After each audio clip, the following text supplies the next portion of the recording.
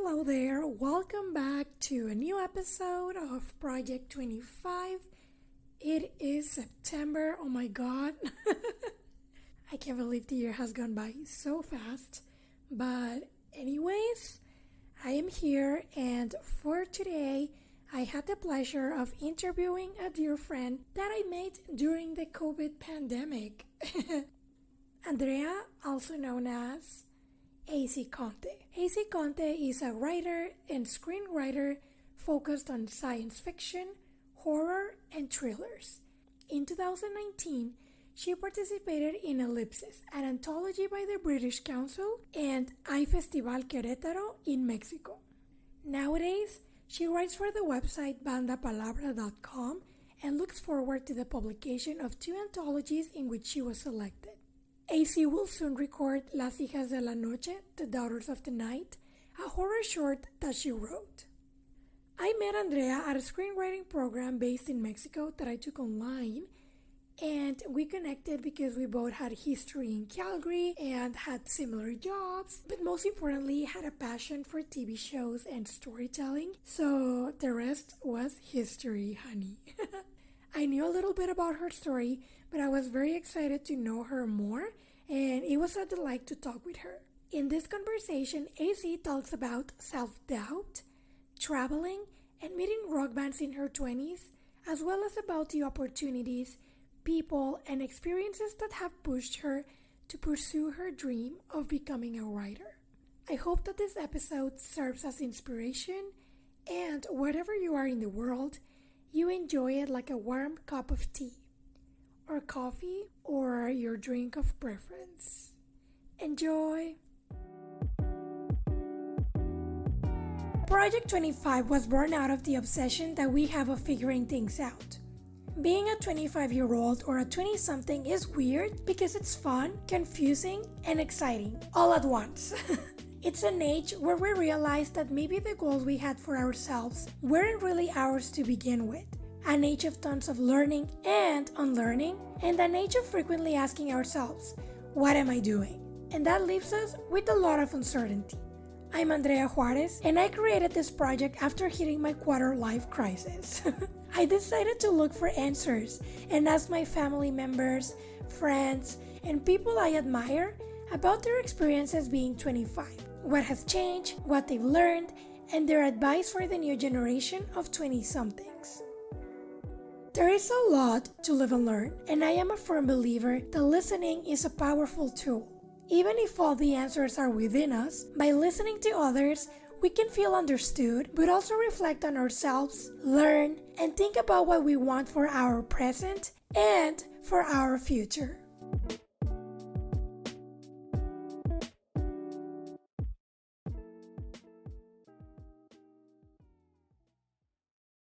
Hi, Andrea. Thank you very much for being here. I think Hi. it's kind of funny because we were just doing the Spanish version and we had to do like a brain switch. Yes, and I don't know if I'll remember everything I just said. It's going to be either the same interview or a whole different interview. It could be both. Some things may come to you and other things that didn't come up on the Yeah. previous interview, they'll come up. Yeah, so people should listen to both interviews just in case. Yeah. So thank you very much, Andrea, for being here. I am very happy.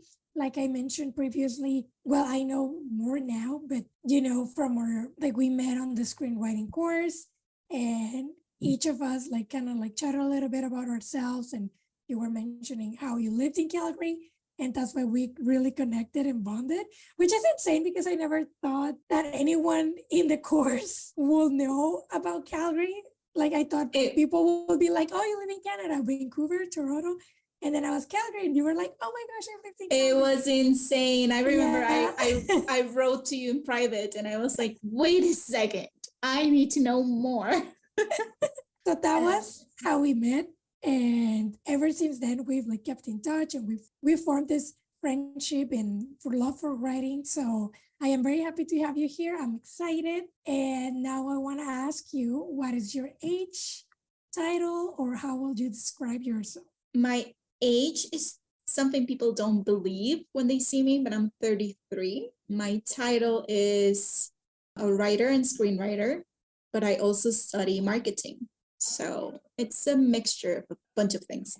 And how would I describe myself? I will describe myself as someone who is very inside her head. I normally not don't pay attention to reality, and I'm just in, like, I don't know, living in another world, trying to tell a story to myself. I don't know. It's complicated, I guess, to explain. I'm also very shy, and I get very anxious, and I'm a perfectionist that has a hard time when things aren't perfect. So, but I'm working on it. And some days are easier than others, and I'll just take one battle at a time. So, yeah, I guess that's a sum up version, just so I don't take the whole hour talking about how will I describe myself. Because even I don't know. I feel like we also change Yeah. every day, all the time. Yeah. And Andrea, thank you very much. And I want to ask you, so what did you do when you were 25? Were you studying or working, or what were your hobbies? Yeah, where did you spend your time in? When I was 25, I was an au pair living in Maryland, in the States, very close to Washington, D.C. I spent most of my time in museums, going to free concerts, meeting bands for free, like taking pictures with them, and bands that I never even knew about. And I was like, I'm your Super One fan. It was a fun time, actually. Like, I don't really get in trouble. I don't really drink that much. So to have these experiences, it was a lot of fun.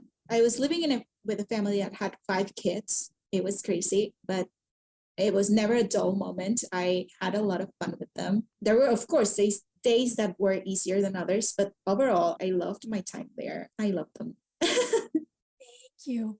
And Andrea, because we were talking about this a little bit on the previous interview, because 25 was also an age where there was a lot of change in your life. So I wanted to ask you, you were busy with this family with 5 kids and busy having fun as well. But there were also many changes, right? So what do you think when you were 25? Did you have a vision of how your life should be like? Or did you have a vision of how the world should be like? Did you follow a religion, or did you have a big belief? Where was your mind at that age? I didn't really have a religion. I never really been the religious type. Like, I grew up religious, but then that kind of changed as I grew older. So I think I was so in my head about things that I wanted to do. And I was also saying goodbye to this family that I have been with for like 2 years. So it was hard because I was closing these doors with them. And I wasn't sure where I was going because I was going back to Mexico without really having a job or anything. So I was really living on my savings, and I didn't know what to expect when I was going back because I was just so comfortable where I was, but I couldn't stay. And that was heartbreaking because I did want to stay, but it's very hard to find a work visa because work visas are extremely difficult. And I knew my student visa or my au pair visa was expiring and I couldn't renew it anymore. That was it. So I was enjoying everything I had as much as I could, but I was also struggling with the fact that I had no idea how I was going to be on my own, because going back, living with your parents when you're 25, after being so independent for so long, it's complicated. So I think I was anxious because I didn't want to be a burden, but at the same time, I didn't know what to do. I knew there were things I wanted to do, but I didn't have the money or I just didn't have the papers for it. And I had just studied screenwriting at Georgetown University. And I knew I wanted to write. And my friends were like, you should start a blog and just go from there. And I did, and people weren't really reading it, but strangers were. And I was like, well, if some strangers are reading it, then there's something there. But I still wasn't too sure about whether writing was in the cards for me. I knew I wanted to be a writer. I just wasn't sure about my talent. So I was definitely questioning a lot of things. I wasn't sure. I knew kind of what I wanted, but at the same time, I was so insecure that I didn't know if I had it in me. So yeah, I think that kind of sums it up. Thanks for sharing that. I think it happens to a lot of us. Yeah. And Andrea, this question, I think we kind of talked about this, but I was wondering if you want to share the anecdote you shared with me earlier. So, besides those thoughts that you had back then, you were also having fun, right? Like you mentioned too, that you were enjoying, especially because you were saying, like, well, my visa is expiring, and then you were making the best of it, right? So, what was one of the craziest or funniest things you did at 25? It doesn't matter if you don't drink, but we all have funny anecdotes. And you share I one of was them, going to say please. this is the same thing that I said before.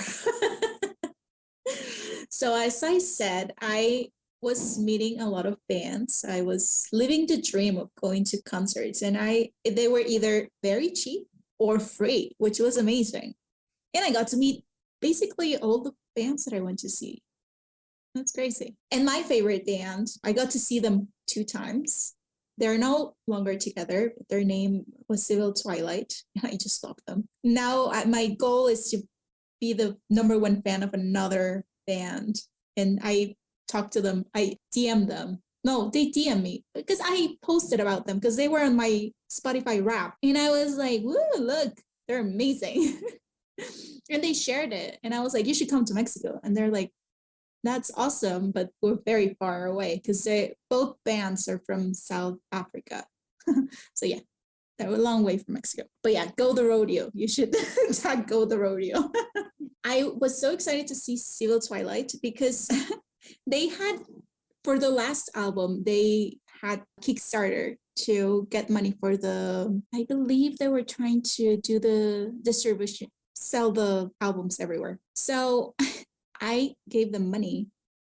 And so, when you do these things, you get rewards for the money that you give. And one of the rewards was that I got to have my name, AC Conte, on the album, like on the thank you or something like that. I don't know. And I was so excited because I was like, in some way, after all these years of being a fan, I get to be a part, even if I didn't have anything to do with the album, I get to be there in some way.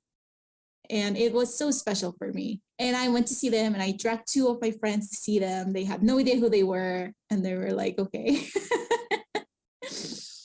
And we went to this place in the middle of nowhere and it was so creepy. And even the band said, this place is like, we were not sure.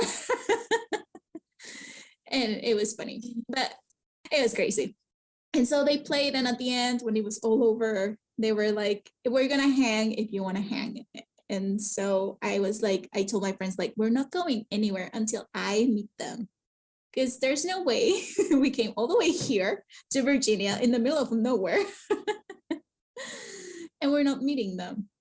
And they were so nice. They couldn't be nicer. And I remember I told one of them that I gave money for the Kickstarter and that my name was on the album. And he was like, have you seen the album? I was like, no, it says it's on its way, but I haven't seen it. And he's like, give me a second. And then he ran and he got an album and he opened it. And he was like, show me which one's your name. And I was like, this is my name. And it says AC Conte. And he goes and he signs it. And then the lead signs it. And then the drummer signs it. And I'm like, so happy. And there's just like, that's one of the greatest days of my life. They were so nice. They couldn't, like I said, they couldn't be nicer. And they were so excited to meet me and they were just so grateful. And I was like, I didn't really do anything. I just gave you money. And that means a lot. Yeah. And au pair money wasn't that much. So I was like, this is worth it. Like, this is helping someone's dream come true. And there's no way no way I was going to let this opportunity. If I had the money, I was like, I'm going to help you. And so then I got to, my family came over to, like, before I went back, they wanted to do like this trip together. So my uncle and his family flew to Washington, D.C. And then I was so proud because I saved so much money that I was able to buy tickets for my mom and my grandma to join us on this trip. And then I was able to buy them tickets so the three of us could go to New York and spend some time, because also my grandma lived there when she was little, and she always she always talks about it, and she really misses living there. And she has fond memories of New York. So it was really nice to go there and to see her after so many years. Yeah, like to how see it her. has changed Yeah. and everything. Yeah. And to see her, and she was like, there were particular things that she wanted to do. So it was really nice. I'm really proud that I was able at 25 to buy them tickets and to do this and to get them there and to have them be part of it. So of course, my mom, because she has a problem with gravity, like the day after she got there, she tripped and she like messed up her leg, and it was a whole, like she twisted her ankle, and it was a whole thing. Like they were only there for like 7 days, but yeah, my mom just like, she trips everywhere. During that trip, Zero Twilight was coming again, but now to Washington, D.C., they were playing at this hotel. And I told my aunt, like, will you come with me? There's no way I'm missing on this concert. They, like, the rest of the family can go see Washington, D.C. We should go to, I'm going if you want to go. Like, it's so cheap that we can both go. And she was like, okay, let's go. And so we went there, and then I was like, oh, I'm going to see what they're selling. T-shirts, and I don't remember what they were selling, but yeah, probably T-shirts and stuff. And I was there, and there was a line of girls, and I looked at them, and I started chit-chatting with them. And I was like, oh, that's so cool. I just like saw them, and I was able to meet them, and they're just the coolest, and they're so nice. And one of the girls looks at me, and she's like, we won these for like a radio contest, but my husband is sitting at the bar, and he has no interest in going in there. So I'm really just going by myself, but I have a +1. If you want to join us, we can go in and you can see the band again. And I was like, hold on. And I ran and told my aunt, I'm so sorry. You're going to be alone with the opening band, because I'm going to go backstage and meet them again, because there's no way I'm missing out on this opportunity. Sorry, not sorry. Yeah, exactly.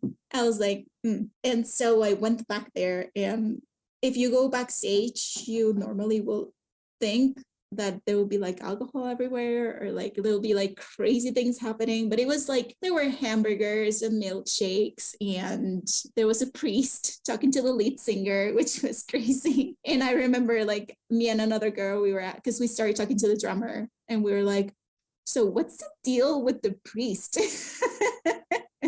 And he's like, oh, he's a childhood friend of his, and like he's now in DC, so now they're catching up. And I was like, this is so random.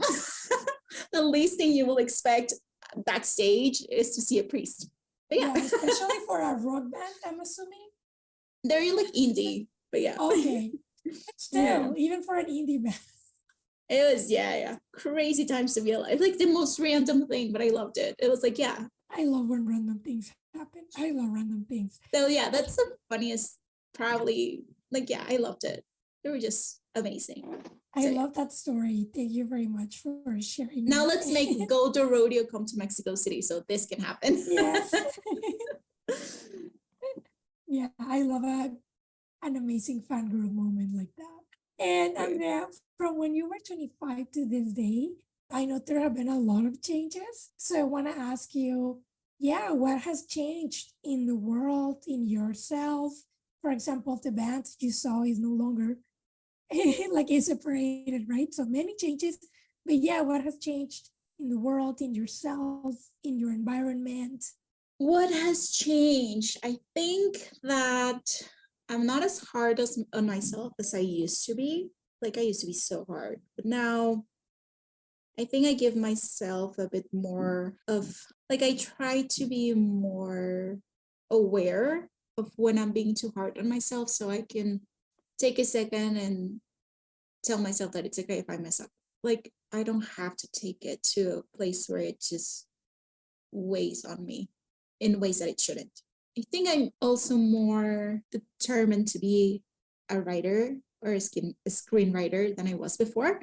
Like, I believe more in myself than I did when I was 25, for sure. Or when I was younger. Like I started writing, or I found my passion for writing when I was 16 and I couldn't talk to anyone. And I really had no friends. I felt so alone. So I started writing and I realized that if I put it in paper, that it was a way of expressing what I couldn't tell anyone or what nobody was willing to listen to. I also stand up for myself a lot more than I used to. I used to like be like, oh, don't look at me, it's fine.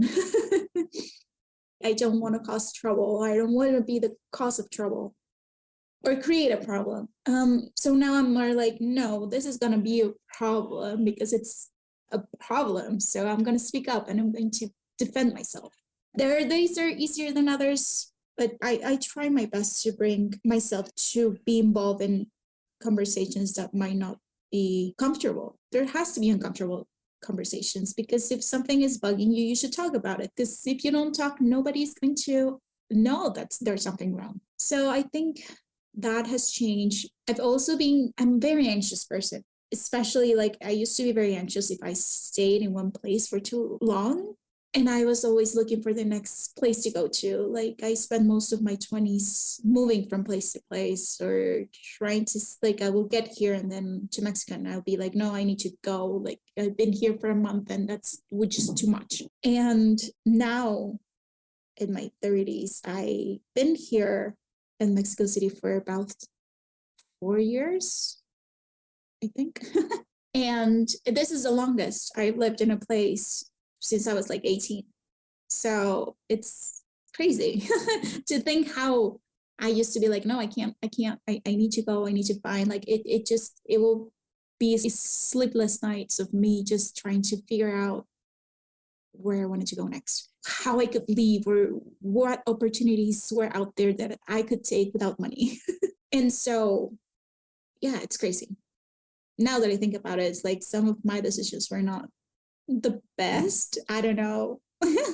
But I made the best out of it. Like I was like, this was a terrible decisions, but we'll just power through.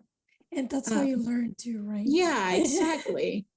Yeah, for sure. And it showed me that even after a bad decision, there's something there, that there was a lesson there for me to to take home. But yeah, now that I've been here, like I don't mind as much. Like if I have to stay here another year or maybe 2 years more, like that's fine. It doesn't weigh on me the way it used to. Thank you. And yeah, like you said, there were some lessons there, and also you were doing the best you could with the knowledge that you had and the resources, right? I feel like sometimes or at least I am a bit similar to you in the sense that I used to be like, yeah, punish myself or be like, no, like, be like I was a bitch to myself. Like, oh, you shouldn't have done that or this and that. But it's like, no, you did the best you could with the knowledge and the resources that you had. And I used to build myself by how others perceived me or how others saw me.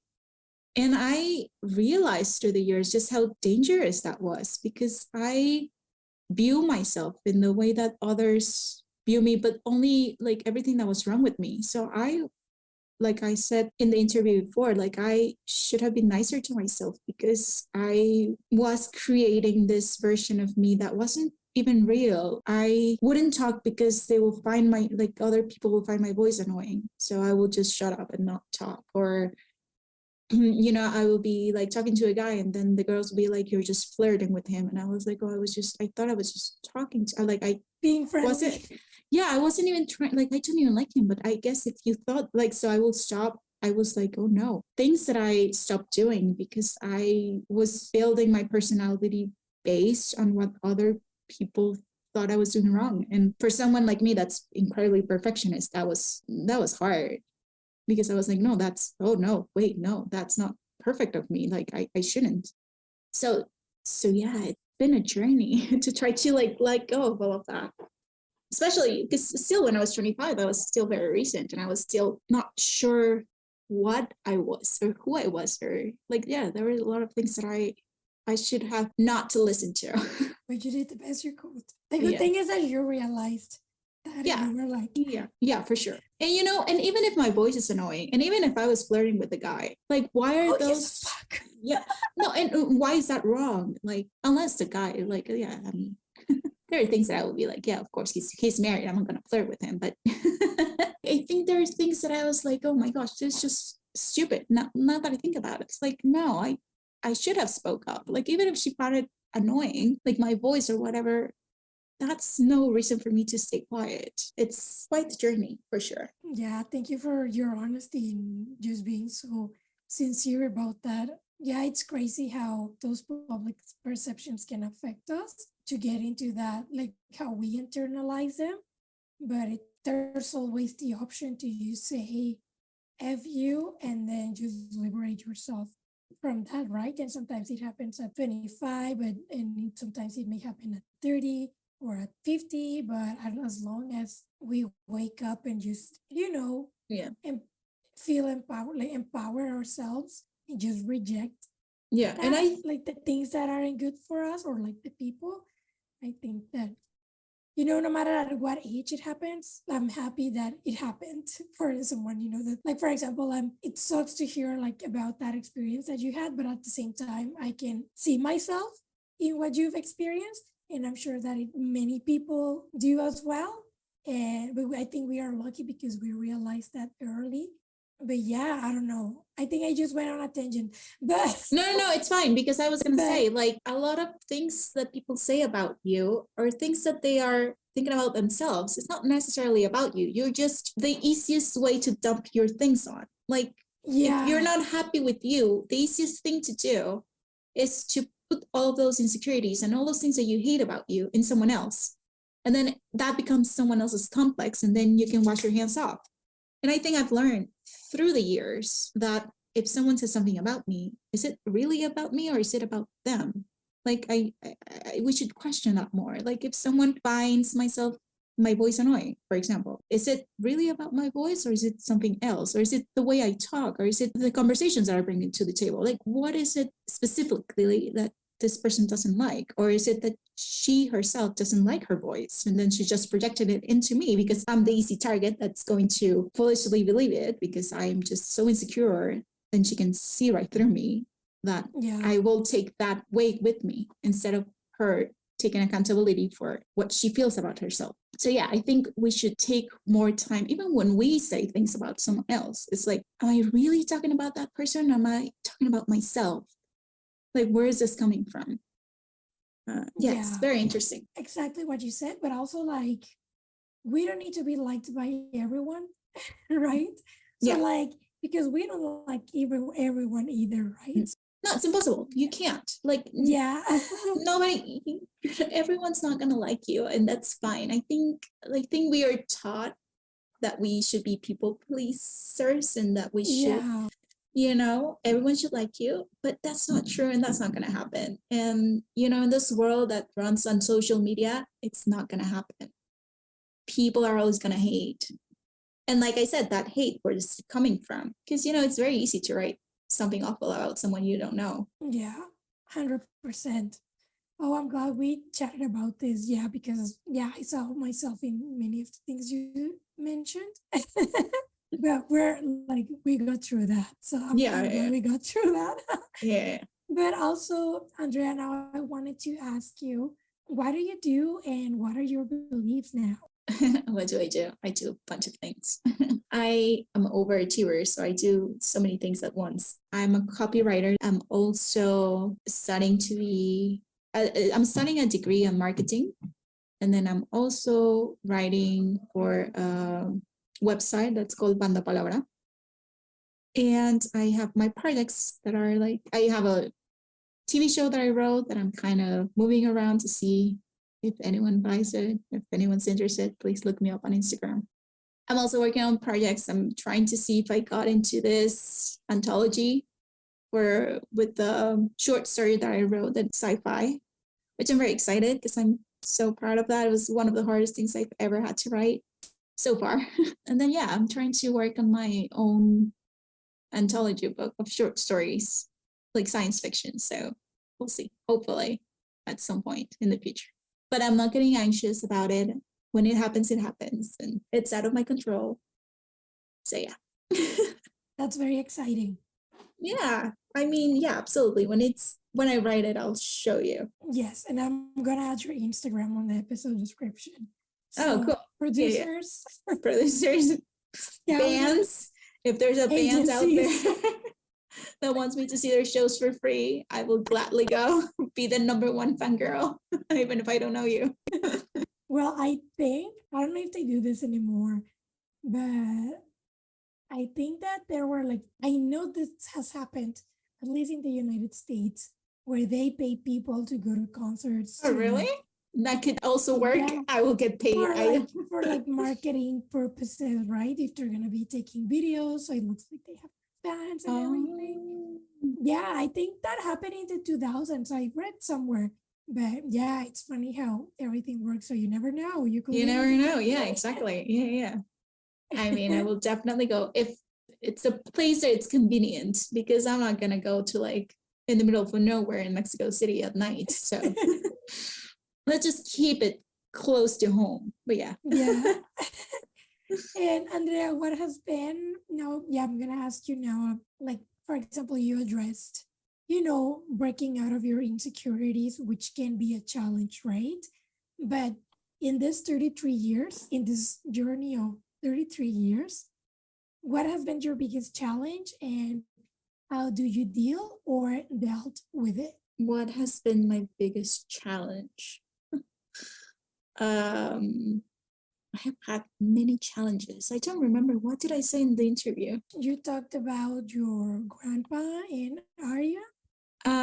Yeah, okay, yeah. So yeah, those are the biggest challenges were the passing of Arya and my nono. So when I was living in Canada, I was living with friends, and they had 2 kids, twins, and Arya. The boys were 9 and Arya was 4. And I didn't know what I was going to do with my life. I just knew I needed a change of scenery, and I ended up there for whatever reason. And I've never been to Canada. So I stayed there until I figure out what to do, until I was allowed to. I also extended my visa to see, because I wanted to study there. And my friend's like, you should totally stay. And I was like, I would love to stay. So it wasn't hard. It was the easiest decision I've ever made. And so at the time that I was staying with them, they found out that their daughter had been sick for a year. And then they knew it was cancer, but then when I was there, they found out that it was terminal cancer. So that was very hard. But Arya, like, hands down, she is the coolest kid I ever encountered. Like, she just was so funny, and she was so full of life. And if you saw her, like, you wouldn't even know that she had cancer. Like, it didn't determine how she was supposed to live. I think she just wanted to do so many things, and she was able to do so many things, and her parents were just amazing, and they were there for everything. And I just have so much respect for them. And I know it wasn't easy, and for the time that I was with them, I know it wasn't, and they just made the best out of their time together. And it was just so incredible to see them through all of this and how they were there for each other. And so I truly did love Ari. I still do. I think that even if she's not here, that even when we think of our dead, especially in the Mexican culture where we have the Day of the Dead, well, the dead are always with us, especially if we remember them and we talk about them. They're just there. Just because they're not here physically doesn't mean we don't have them around. And so, yeah, losing her was definitely hard. It was hard to lose my nono as well. But like I said, like, things happen for a reason, and he passed away in early 2020, and he would have hated the pandemic, and it would have made his life miserable. And things happen for a reason, and there's a reason he went so fast, and within months he was gone, and he just was done with life. Like, you could see he was like, yeah, I'm done. And it was like, it is what it is. Like, that's the way we're all going to go eventually, unfortunately. So, but it was very interesting to see all these different dynamics of how he went, and then how this 4-year-old that was so full of life and she just wanted to make the best out of everything. And then I lost my nono on January 2020, and then Arya passed away on October 2020. That was just so hard. It was a hard year. But the thing about it is that as hard as it was, I have so many good memories of both of them. So I miss them every day, but they gave me so much that I feel them. That's what I wanted to say. It's hard to give you an answer that feels wholesome. I feel like there's a lot that I want to say, but at the same time, I don't know. We will stay here for days. That's okay. Yeah, I'm sorry about your loss, but I also like what we mentioned in the previous episode and what you mentioned before too, right? Like as long as we remember them, they're still with us, right? Yeah, for sure. And I think that's something very beautiful about our culture, the way that we see that. Yeah, because like honor it and, honor the people and their lives, and yeah, keep them in our minds, in our hearts, in the altars. Yeah. That is very beautiful. So, Andrea, now I want to ask you if you could share about a time in which you succeeded, whatever success means for you, what happened and what did you do? When I moved back to Mexico from Canada, I didn't know what to do with my life. I did. I got into I came back because I got this job that I didn't really end up well, but this job for some reason gave me the means so I could study writing, like actually study. It was the first time that I would work on my writing, and I was very happy. I was studying creative writing. Yeah. So I was studying this more like a diploma on creative writing. And there was this thing that came out to participate and be selected for a program that was, I don't think I mentioned this in the Spanish version, but so it was a collaboration between the Hay Festival in Querétaro and the British Council in Mexico. So it was a very interesting thing to be a part of, especially as an upcoming writer who's never had any writing experience before. And any student could be a part of it. Like you just had to send in your papers and see if you got selected. And I remember when I went to, because they were starting to find participants for the second volume of the anthology that they published by the end of the program. They were talking about the first volume, and I went to see them, and I went with my mom, and we heard them talk, and I was so excited. And I went up to one of the people in charge of like mentoring the writers, and I talked to her, and I was like, so I don't go to university per se. I do study creative writing. It's just not a university. It's a school for writers. It's just not really official. And she was like, no, you should totally apply, because I'm fighting for people like you that they're not really studying at a university, but you're studying. So you should apply. And I ended up working so hard on my application, and I worked on my letter. And I remember my letter of like intention, and I added a Ray Bradbury quote, because I was like, this represents me. I'm such a sci-fi girl. And I love Ray Bradbury. So I need to send you a video. I think you may find it. Oh yeah, you should totally do. Funny or creepy, but yeah, I think someone like you may enjoy it. yeah, you should totally do. Oh yeah. And so I ended up getting selected. And I think that's one of, like, I was already like at the age limit. I was the oldest of the group. I was 29. And I think it was up to when I was like, I think it was like the age limit was like 30, something like that. Like the thing is I was the oldest one, and I was the only person that was the oldest one, and that I wasn't selected from a official university. So I was so proud that I got to be a part of this group. It was an amazing group. I loved them. We just clicked. I still talk to them, like the girls and I, some of the girls and I, we just like, we see each other as often as we can, and we talk to each other, and we just do have like this, we used to write, and then we will get together and workshop our writing and see what the other one thought and what we should at or what we liked about each other. And it was very empowering. And it was nice that it was like a girl group talking about each other and being so uplifting and so supportive of each other, which is something I hadn't experienced before. So it was very nice. And yeah, I think that is one of my proudest moments. It was also so proud because like I handed in my short story for the anthology, and my short story is about a pandemic. And like 4 days after I handed in, it was like a global pandemic in the world, like in actually like the COVID. So it was crazy. And then I got the opportunity to present the book at the Hay Festival Querétaro. And I was asked about like how did it feel to like talk about the pandemic right before the pandemic, because the similarities were so crazy. It was also about like this flu that people got, and like some of the symptoms were so similar. And I was like, yeah, it's insane. Like I should write nice things. I won't, but I should. That's so crazy. But I also, by the way, wanted to go back about what you said about writing the anthology and just having a group of women, like, uplifting each other and, giving each other feedback and just empowering. I think that is so powerful. Like, women energy is it can be such a force of good and upliftment and empowerment. I love it.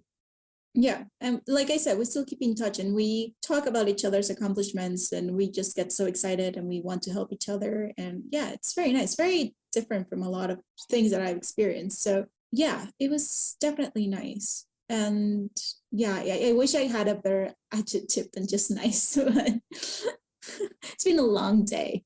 Yeah, it's okay. I realized that I've said nice. Like every time I say nice, someone drink a shot. We're making this a drinking game now. But yeah, like it's a great experience. And I think we should be encouraged to work together more, because I don't think we give each other enough credit to work together as women. And we're just better if we work together, I feel, instead of tearing each other down. Exactly. Uplifting, yeah. And having that community. Yeah, for sure. And empowering women between us, like that is so important. Because then we get visibility and we get support in ways that we aren't supported. 100%. Thank you for saying that. And now I want to ask you if you could share a time in which you failed. So, what happened? How did you handle the situation? And what did you learn? I fail every day by being socially awkward. I think I do tell terrible jokes. I don't tell terrible jokes to just everyone, but like people I'm close to, I do. So I know I do that. And people who are close to me just ignore them. They're just like, but yeah, a lot of the times I just spend my days just thinking about conversations, and I'm like, oh, I shouldn't have said that. Like they're gonna take it the wrong way, because I can be very socially awkward. Because I don't know. I'm trying to be nice. I get very anxious about socializing. I don't socialize. Like I'm very much of a hermit. I don't really leave my house. So when I do, it just takes so much energy out of me, and I'm like, I'm trying my best to like try to fit in. I don't know how to fit in, and it's just terrible. I get very anxious. And I hate feeling like that, because I'm like, I should be a bit more forgiving with myself. And it's like, it's fine. Like you don't, like we were saying, you're not gonna, and not everyone's gonna like you. Exactly. But I do feel like I should be more, I don't know. I feel like I should be a puzzle piece that fits with every single person. And that's one of the hardest things I have to go through in life, letting go, and like, you're not gonna fit in every single puzzle box. And that's it just okay. is. Yeah, exactly. And that's okay. So yeah, I get very anxious around people, because I feel like they should be liking me, or like I don't know. It's very hard. And yeah, I get social anxiety a lot. It's very hard. I have changed. Like I used to be worse, but yeah, it's still hard. And Andrea, what has motivated you, or what motivates you? I think working on marketing, like working on my projects for screenwriting, or for like my writing short stories, that motivates me. I feel more confident into where I fit into this literary world of books and screenwrite writers and movies and TV shows. And I think I believe more in myself than I used to. And like I said, I'm so much more confident than I was. I'm not terrified if I mess up because I know that if I write something that doesn't work, it's fine. Like I can learn from that. Whereas I used to be terrified because I wouldn't even try it because I was like, no, like what if I suck at this? Or what if I'm not good? Or what if I don't make the cut? And it's like, well, you'll never know if you don't try. So if I push myself a lot more than I used to be in very comfortable places where I wouldn't need to push myself. So now I'm like, if you're not trying, then what's the point? Like people already, like, if you don't go out there and try to find a yes, you already have the no. If you're not Yes. if you're not doing something to get the yes, then you're never gonna get yes. So yeah, it's knowing that a no doesn't mean that I'm failing. It just means that there's something I need to work on, or maybe that's not the door I should have open. Like Exactly. maybe that's not the time to open that door. So I think I'm more patient with what I want than I used to be. I used to be so anxious, like, no, I need it now, no, now. And now I'm like, no, it's okay. Like there's something that you need to do before you open that door, or that you get that yes. Like, yeah. That is wonderful. And I love that because I also come from a similar place. So of like, how to explain, of like wanting things like right away. It's like, no, slow down, because even something that I think about sometimes is like, okay, what if it comes and you are not ready, right? I don't know, you maybe at this time at 25, you want to be CEO of a company, and then you want it really bad, but then if they offered you the position right now, you are not ready, right? Like, how are you going to do this? So I think that's why we need to be patient, because we need to, something that you were saying in the other interview too, is that whatever you're doing now is giving you the skills and the knowledge that you need for the things you want to do in the future. And that's so important, especially for people like us who are anxious and who want things right away. Is like, be patient. Everyone is going at their own pace. Things will come when you are ready. And I don't know, even like in an interview that I did, I interviewed Candice Ward. She's a sports photographer. And she was telling me that she was going to shoot, I think, the women's NBA because a photographer had recommended her. But she was saying like, yeah, it was recommended, but it was all the shoots that I've done in the past 20, 15 years that prepared me for that moment. So yeah, I mean, like, for example, if you're straight out of photography course and they ask you to shoot the women's NBA, like, so you're gonna feel like you're not prepared. So yeah, I love what you said about being patient. Yeah, for sure. And it also, just because I have this idea of I want to be a screenwriter, I don't know, maybe in the books I don't become a screenwriter, and maybe I become I don't know, I do marketing for, I don't know, Penguin Random House, or like a big book house, and that's okay. Like, I think that I was just so determined to be a certain, like I said in the other interview, like I was determined to be an actress. I was working for that. And then I done some acting things, but shifted when I realized that I wanted to write more, that I wanted to be seen or to be in the spotlight. I just wanted to tell the stories that were in my head because they were running wild, and I just, I just had to put them down in paper. But I'm okay, whatever. Like, I feel like I worked so hard and I created all these different roads, that whichever road I end up in the future, I should be okay with it, because I work hard and because I have the skills and because I'm there for a reason. And I truly believe that we end up in the place that we are supposed to be. Yeah. And talking about that and being determined, I want to ask you, what are your goals or plans for the future? My goals and plan for the future. Well, first of all, to finish my degree in marketing and just like be done with university. I feel you. Yeah, I know. We are the same coin with the different sides. Like you and I, we are just yeah, two peas in a pod. Like, seriously, it's just the similarities are just crazy. But yeah, I think my goal is to sell my TV show. That would be awesome. And if not, I have other ideas. But yeah, the goal will be to sell that one because that one's the one that's done and register and everything's ready to go. I'm working on an anthology, which I will love to release at some point when I have the time for it. And I'm making my way through marketing, so that's fun. I think there's a few things here and there that I am working towards, and I'm very excited.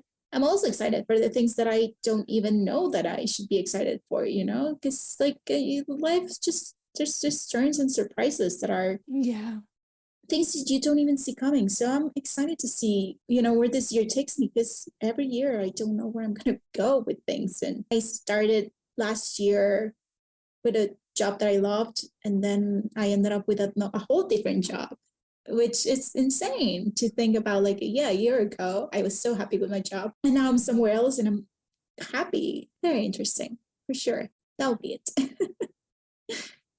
And Andrea, I didn't ask this on the Spanish version, but I have this question, so I'm going to ask it. Yeah, sure. If you could go back to when you were 25, would you change anything or make things different? What an interesting question. I don't think so. I think it's tricky to change something, because what are the consequences of that? Like, I don't know. The butterfly effect. Yeah, for sure. It terrifies me. For someone with a wild imagination to go back and change things, it just doesn't seem right. I don't know. I have such a hard trouble with that. I don't think I would change anything. Maybe I'll be more like enjoy more. Like, you don't have to be so strict with yourself, because I'm so strict with myself. Like, I like go out and have fun. Like, it's okay to not worry all the time. Take more pictures, take more videos. Like, but also at the same time, I understand where I was mentally and what I was going through. And I don't know, I feel like if I ever have the chance to go back in time, I would just hug myself. I would just hug myself and be like, you were doing great. Yeah. Yeah, I don't think I will change anything. I will just be more, love myself a lot more. Yeah, more compassionate. Yeah, for sure. Yeah. Look at myself with a more compassionate eye than I did back then. That's beautiful. And Andrea, it's actually, we're going to the last question. What advice do you have for today's 20-somethings, or what do you wish you knew when you were 25? Interesting. I didn't realize that I could tell myself when I answered the one in Spanish. It will have been better than my other answer. But I wish people in their 20s will, from my experience, is that it's okay to take a break. It's okay to when you feel like something's not clicking, when you feel like something's not working in your life, like, it's okay to take a break and realize why things aren't working. Because I feel like there's so much pressure into you knowing who you are when you're 20s, when you don't even know who you are. So I feel like people should take their time to go out and understand who they are and what they want out of life and what are their goals, and even if you don't know the answer right away, like, that's the time when you get to experience life and see what's out there and where do you want to go. Because it's insane for people to assume that by the time you're 20, 25, you're going to know everything, or you're going to have the perfect family and you're going to achieve some sort of perfection. That it's just insane, because everyone's different. So not everyone has the same goals, or not everyone wants the same things, and that's fine. So yeah, I think I wish I could tell them, and I could tell myself, not to be so hard, and that it's okay to question things, and it's okay to not have every answer, and it's okay if you want to take some time off to figure it out. I don't think we get to do that as much as we will want to, because there's things that we have to do when we reach a certain age. And then, especially in Latin American families, because Latinos, we just you should be, by the time you are out of uni, you should get married, you should have kids. Like, there's never a time for you to be by yourself and figure you out and have your own stories and to see different things and to see the world and to experience different cultures. Like, there's just no time for that because you are supposed to be doing all these things that society expects from you. So yeah, I would just say screw society. No, I would just say that you should just do you and find your own rhythm in this thing we call life, because it's just so fleeting and life goes by so fast that when you're young, you should do whatever it is that you want to do, or you settle down, or you get the CEO job that you wanted, or like you need to. I remember when I was trying to be an actress, someone told me that the best way to be an actress is to be out there and live your life, because then you'll have those memories, you'll have those experiences, and you can pull that into your acting. And yeah, I think that when you go out there and experience life, then you won't resent or regret as much when you get older. It's amazing. I love it. And Andrea, is there anything you'd like to share that you think it's important and I didn't ask? No, I think what I said before, like I should think about my past self with a lot more compassion, and with like I didn't have the knowledge or the wisdom that I have now. And I do, my heart does break for that person who I was and like where I mentally was. And I think that through every experience and everything that's happened and everything I've lived, that even though things haven't been easy, they have definitely taught me that I have so much in me and that I am so much stronger than I thought I was. So yeah, I think it's nice to think about where you were and where you are. And even though I try not to think about the future, because the future is just so unknown and so far. It just you can control it. That's my point. Like, so to look back at who I was, I think it's very special to have the opportunity to do that and to talk to people like you that has so much similarities. And I don't know if anyone out there shares a similar thing that you heard here, that'll be interesting to listen to. Just go to the Project 25 and write on the comments and let us know if you I'm just my bid, my commercial bid. But yeah, for sure. Like it's also interesting to hear what your experiences are, like everyone who's listening, because I'm sure you can agree or disagree with anything we've said, and it'll be interesting to also know what people were like when they were 25, or if they're not 25, like what do they expect when they're 25? Because also society has changed a lot since I was 25. So yeah, it'll be interesting to also read or listen to what other people have been through or expect to go through. Thank you very much, Andrea. That was awesome. And yeah, thank you for your time, and yes, for being here. Yay, thank you for having me.